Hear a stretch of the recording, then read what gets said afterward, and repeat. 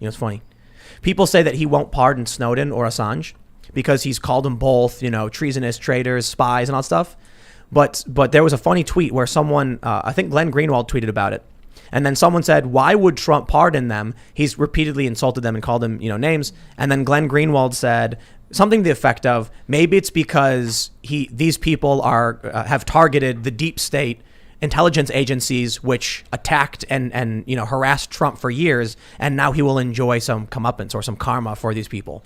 Yeah, I mean, he has the power to do it, but we also have to understand that it's because of the Trump administration why Julian Assange is where he is right now. It's because of his direct actions and his administration that Assange is in such a terrible place. But you know Edward why? Snowden just tweeted out, "Don't pardon me, please pardon Assange, save his life." His life is on the line here. You know why Trump is doing it? And why Trump did what Obama wouldn't? Why? I think Trump wants to know who WikiLeaks sources are. That was the part of the deal, part of the bargain that allegedly happened between the Trump administration and Assange. That was public? That Assange, yeah. I mean, wasn't that public? I don't know. I remember reading articles about that and hearing There you go. About that specific story that Trump wanted to know who the source was for the DNC leaks. And if Assange gave it to him, Assange would be let go. If he didn't, he would feel the full brunt of the U.S. empire, and he did. And Julian Assange will not sacrifice his legacy and his organization. Yeah. And so Trump, and you got to give him up. You got to give it up to him. I mean, that's courageous. He's sitting in solitary confinement, gave up his life because he wouldn't give up his source. Absolutely. And that's more integrity than an iota of what the mainstream. Yeah, they'll make a movie. They'll make like movies. But you know what? That You know what the scary thing about it is, the difficult question. If we did get the source for the DNC leaks officially on record from Assange, I think it would have been a game changer that would have reshaped the culture war and politics in this country, especially pertaining to Russiagate and where we are today with Ukrainegate. Everything happened, the impeachment. It would have, I believe. Are you referring to Seth Rich? No. Okay. So that's I don't know where that all is, but I do know that you had someone from WikiLeaks say that they were handed the drive, right? Mm-hmm. If maybe it was Russia, maybe it wasn't. The point is, it would have either confirmed or rejected that conclusion, in which case we would have known definitively. Let's say it was Russia. If we got that answer out of Assange, then we could have been like, whoa, Trump did get information. WikiLeaks was used as a useful idiot so that they could undermine blah, blah, blah. Or it turns out the media and everything was wrong, and it undermines that entire Russiagate. But at the same time, he's still accommodating to the lunatics in the mainstream media that are literally regurgitating and making crazy theories up about Russian P-tapes. It was nuts.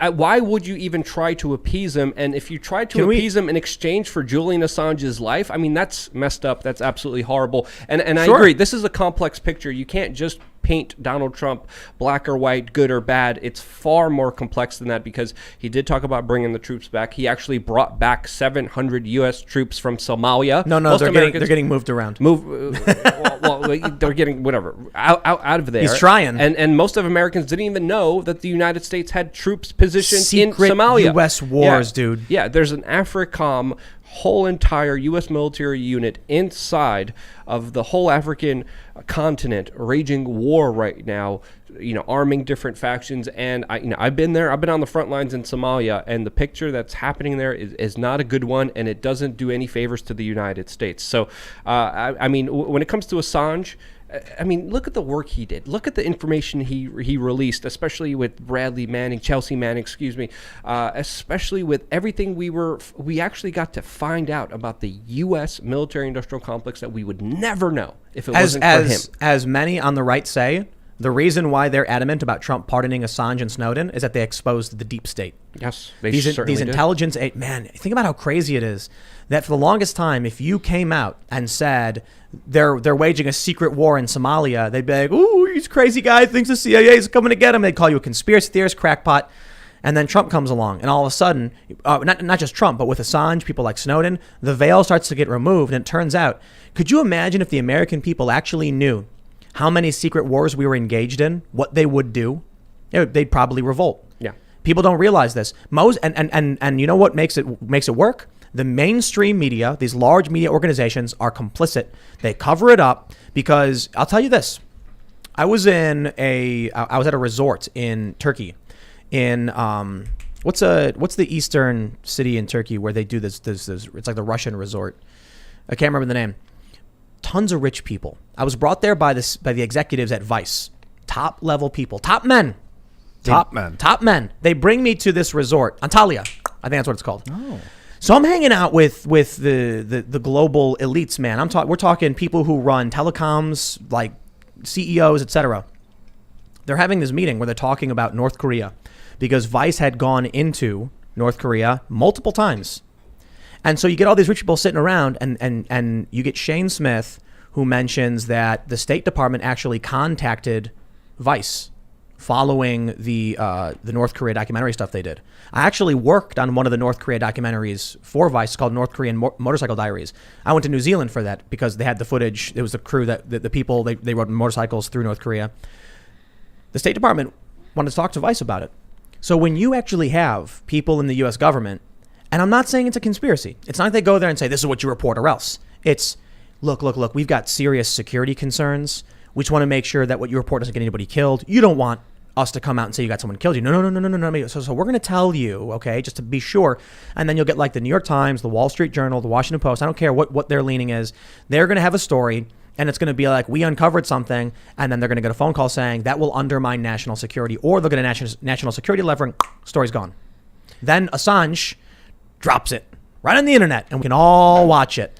Well, we have to understand the system that you're describing gets overused and abused many times, as even regular stories that don't have any implications, don't put anyone's life on the line, are actually censored because they make the United States look bad. That has happened a lot, and we have found out because of Chelsea Manning's drop that one of the major allegations that the mainstream media was labeling against her was that she put American soldiers at the court proceedings. Lives at risk. Yeah. That people were going to die because of these leaks. I was at the court proceedings where Chelsea Manning was at what was it? What's the specific military court called? Leavenworth? Oh, I don't know. There was a specific military procedure where she was being tried. I was there, and it came out that there was no one put at risk because of these leaks that were put out there, but she still was oddly punished by the Obama administration and then pardoned by the Obama administration. Look at it this way. But now Donald Trump hates her. Look at it this way. You've got a plan, and then some dude comes out and tells everyone what your plan is. You're going to be really angry and annoyed. And that's it. And the issue with Assange, Manning, with Snowden, Michael Flynn, with ISIS and Syria. Absolutely. Yeah, is that if we need to make an example of you, Michael Flynn's a really good example because I didn't realize that until you brought it up, that Michael Flynn basically, what did he snitched exposed how Barack Obama was responsible for the rise of ISIS in the Middle East knowingly. He knew there was leaked documents that came out that showed exactly what was going to happen. It did. Radical fundamentalists were going to receive the money, the arms, the intelligence, the hardware, the trucks that were sent down there. This is why ISIS was riding around with Jim Bob's construction trucks from the United States, and everyone's like, "Wait, why do they have?" There's a phone number on it from Michigan. Yes, they were running around with Humvees, U.S. military Humvees that they knew they were going to get in Iraq, and there's even leaked documents coming out how the U.S. military command knew that they were going to get control of all this hardware from the U.S. military, and they let it happen. And this is why they thought, or they claimed that Flynn was compromised by Russia because Syria was allies with Russia, and all the pieces come together. Exactly. But he came out and ratted on him, and that they got to make an example because they don't want anybody else to do it. So listen, you could commit a major felony, right? And they'll say, okay, yeah, sure, we're gonna lock you up and go through the system. But you slight the machine, and they are going to gut. And they're going to eviscerate you and leave you hanging to dry as the public watches. Because now, you know what we're hearing? A judge just said in the pardon in the pardon of Michael Flynn that perhaps Sullivan could order that the pardon is too broad and try to nullify it. How psychotic is this? That is a supreme power granted to the president. Okay, a lot of people have complaints about the pardon power. It exists for a reason. I actually read a great essay on I can't remember exactly what the breakdown was, but they say there's a very serious and important reason why the president has the ability to just pardon people when it comes to federal crimes.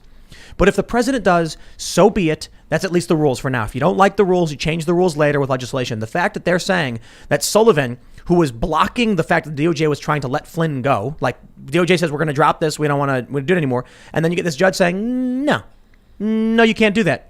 Then Trump says, I unequivocally pardon. Now there's one judge going, I don't know, that's a little broad. Sullivan could say no to that.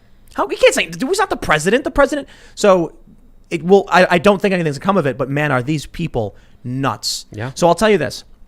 The reason why it is absolutely important, in my opinion, that we get resolution on all of what's going on with the election irregularity is because we you know, I often say we're sitting on a powder keg. The fuse is coming and we're staring at it. That powder keg's about to go. January 6th is around the corner. January 20th is around the corner. And you got 74 million people saying, what is going on with this election? I don't trust it. More than that, probably. You got 30% of Democrats, according to a couple different polls, that think votes were stolen.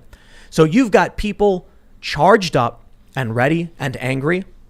People are going to snap. As we were locked down, denied sports, and are now being put back into lockdown, having all of our livelihoods destroyed in front of us. I mean, this is an absolute recipe for disaster. So many people are discontent. So many people are angry. A lot of them are just breaking stuff because they have nothing else to do. If you go to major Democratic cities, you could protest. You could riot. Yep. You could work. Nope. You No can't church. do that. You can't go to church. You can't have sporting events. You can't go to the clubs. You can't go to the restaurants. You can't do anything except riot. It's simple. When Ryan Long was here, he's a comedian, super funny guy. He's Ryan Long comedy. It's really, really great stuff. You'll probably love it. He was saying that, you know, he's in New York. They couldn't go outside or do anything. The Black Lives Matter protest started and he was like, I want to go outside. And that was it. They got those massive numbers. You see that video in California of all the people in the street as a drone flies over. It's because people were desperate. Let me out into the sun, please. Any excuse. I'll say anything. And it worked. Yep. I will say anything. And a lot of people are angry at the police for enforcing a lot of these decrees. I call them oath breakers. Yeah. A lot of people were justifiably pissed off because their sheriff, their local police officer locked them in and used the full might of the police state against them because they wanted to live. Oath breakers. Yes. And that's why people were legitimately angry at the police. And they're going to be angry again because the officers are still continuing to listen to those orders. So this is why one of the reasons why I voted for Trump. Clearly, I'm not the biggest Trump supporter in the world, but I think he's infinitely better than Joe Biden. I think he's done good on foreign policy. We had a big argument. Well, he's conscious. He could talk. Well, yeah, that's for sure. Joe Biden came. What did he say? He was like, you know, if we get an argument with Kamala, you know, like I said to Obama, I'll just say I contracted a disease and then resign. Well, It's he was saying what? That's what he would have done as the vice president. He was saying he said that in a dispute with Kamala, just like he said with Obama. So what he said was he would have done it with Obama and he'll do it with Kamala. No, I think he said he would have done it with Obama and Kamala. He wants Kamala to do that with him. No, he said he would expect her to back off. No, he would say. He said what I would say to her, like I said to Obama. I don't think he said he would resign if his vice president disagreed I could pull up the clip. He literally it said sounded like it, but I think what he meant was as VP. No. We're not playing that game where we get to translate for Joe Biden. That's what what idiot would say if my VP disagrees with me? Joe Biden, I'll feign illness and resign from the presidency. Joe Biden. The controversy. I disagree. I'm only questioning his intention. Can't believe it. I know what he said. Ian? Come on, man. It's Joe Biden. What? No, I think he was making an allegory from what he would have done as VP to what his VP would do now. We can look up the exact quote and look it up. But it should also be surprising to a lot of people that Joe Biden had this plan. Biden says he would resign if a moral dispute with Harris arose. In this quote, they're from the street, certified by NewsGuard. No, you are. Well, I disagree. Like I told Barack, if I reach something where there's a fundamental disagreement we have based on moral principle, I'll develop some disease and say I have to resign. He said that when he was asked. That's what he said what he would tell Barack, right? Like I told Barack. Yeah. He was asked how he would respond to Kamala Harris. And he said, like I told Barack. What he said was he would have done it with Obama and he'll do it now with Harris. Like he told Barack, the vice president would do it with Obama and the vice president would do it now. You're literally making that up. That was my interpretation. It doesn't matter. You're making that up. He was asked, how do you resolve a dispute with Harris? And he said, he said that a million times. Yeah, if there was if I'm in a dispute with Harris, like I told Barack, I'll develop a disease and say I have to resign. He told Anderson Cooper that he would do the same thing he would have done with Obama if Harrison had a dispute. I'm not going to waste time arguing this with you right now. But I don't understand how you're arguing. It's a quote. Another thing he said that's pretty eye-opening is he also announced today that there's going to be 100 days of masks, 100 days of cover-up. Listen, Luke, he was in the basement. He didn't know he didn't realize we were already wearing masks. I know, that's the thing. According to the CDC data, most of Americans already wear masks. They haven't stopped wearing masks, and this was even confirmed by the New York Times. So him saying that everything's going to go back to normal, everything's going to be fine if people just wear a mask for the next 100 days is again just another delusional, crazy thing. Leave Joe alone, man. He was in the basement, okay? He didn't know what was going on. Does he mean like in houses? Is that what is 100 days of between bites in your own home, like California said?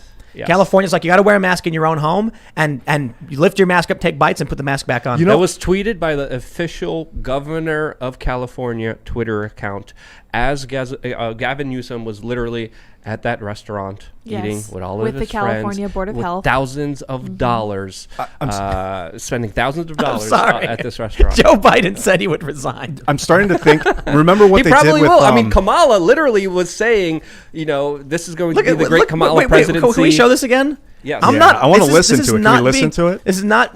This is not. Let's see. Can we play this? But all kidding aside, the first lady to be told me she holds them for you. Yes, she does. But not with she and Kamala have become friends. Yeah. But all kidding aside, it's a matter of the thing. We are simpatico on our philosophy of government and simpatico on how we want to approach these issues that we're facing.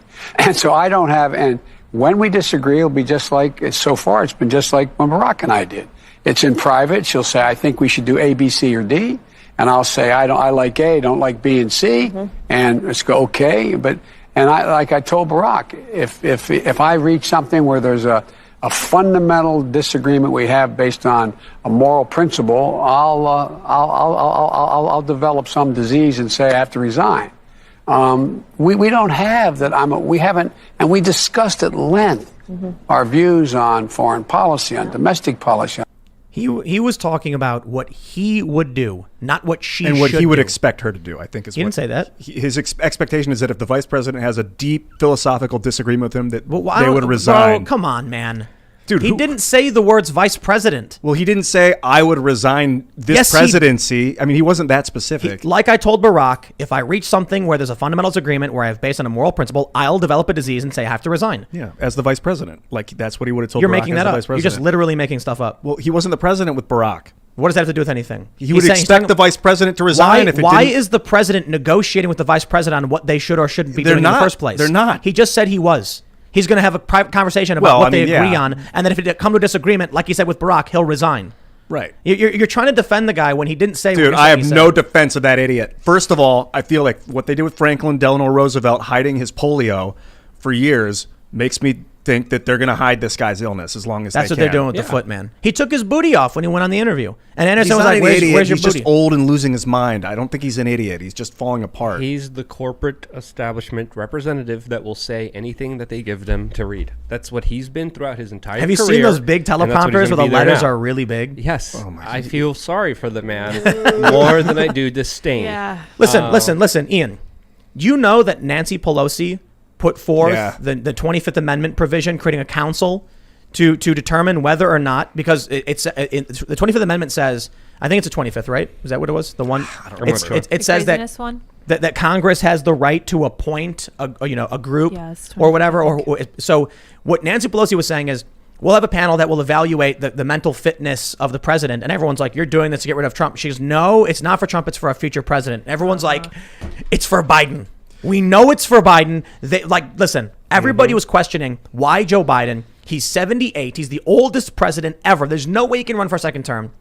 And now we have a video coming out where he says, if I get into a dispute, I'll say I have some disease and resign. And everyone's like, we know. And in that, we know. And you see Kamala there like, she's shaking her head no. Okay, he's back on track. It's like she's like got this look like she's waiting for him to go. She's smiling, thinking like, soon. Oh. I will be. I tweeted, this is really funny. I tweeted when that story was breaking, it would kind of suck if the first female president was due to process and not vote. I stand by that opinion. I think it's true. I think if we want to have a female president, it's because the American people said this is the right person for the job, and not because somebody dies. or is now infirm and needs to be removed. Yeah, that's why But all these social justice leftists started like crapping all over me and attacking me. I'm like, you think it's better that we get by mandate the first female president? Like that's bad historical precedent. And no one supported her in the primary. No one. She got no vote. She is an evil prosecutor. If you look at her police record, I mean, oh my goodness, it is deplorable. It is insane to see how many innocent people had their lives ruined because of Kamala Harris. And she laughs whether about it was smoking marijuana, whether it was crimes that they didn't commit, that she knew they didn't commit, she still put them in jail. Threatening impoverished single mothers with prison time because their truant sons were missing. Yes, didn't go to school because Right. if their children didn't show up to school, Lock up the parents parent. would literally face legal repercussions that they had to fight in court that led to devastating effects on family members. I'm sorry. in Can Los we Angeles. just think about this for a second? So when I was a kid, we have curfew in Chicago. If you're under the age of 17, cops can literally just take you and bring you to your home, and then someone has to sign for you. And I thought that was always crazy that they have something like that. But think about it this way. Truancy laws are literally saying your children must be institutionalized as we see, otherwise you go to prison. When did we cross that line? That the state can, by mandate, institutionalize your children. Thanks for checking out this clip from the Timcast IRL podcast. We do the show live Monday through Friday at 8 p.m. So come back to check us out when we go live. Don't forget to subscribe, hit the like button, hit the notification bell, and we are also available on all podcast platforms for free if you want to listen to us there. Thanks for hanging out, and we will see you all next time.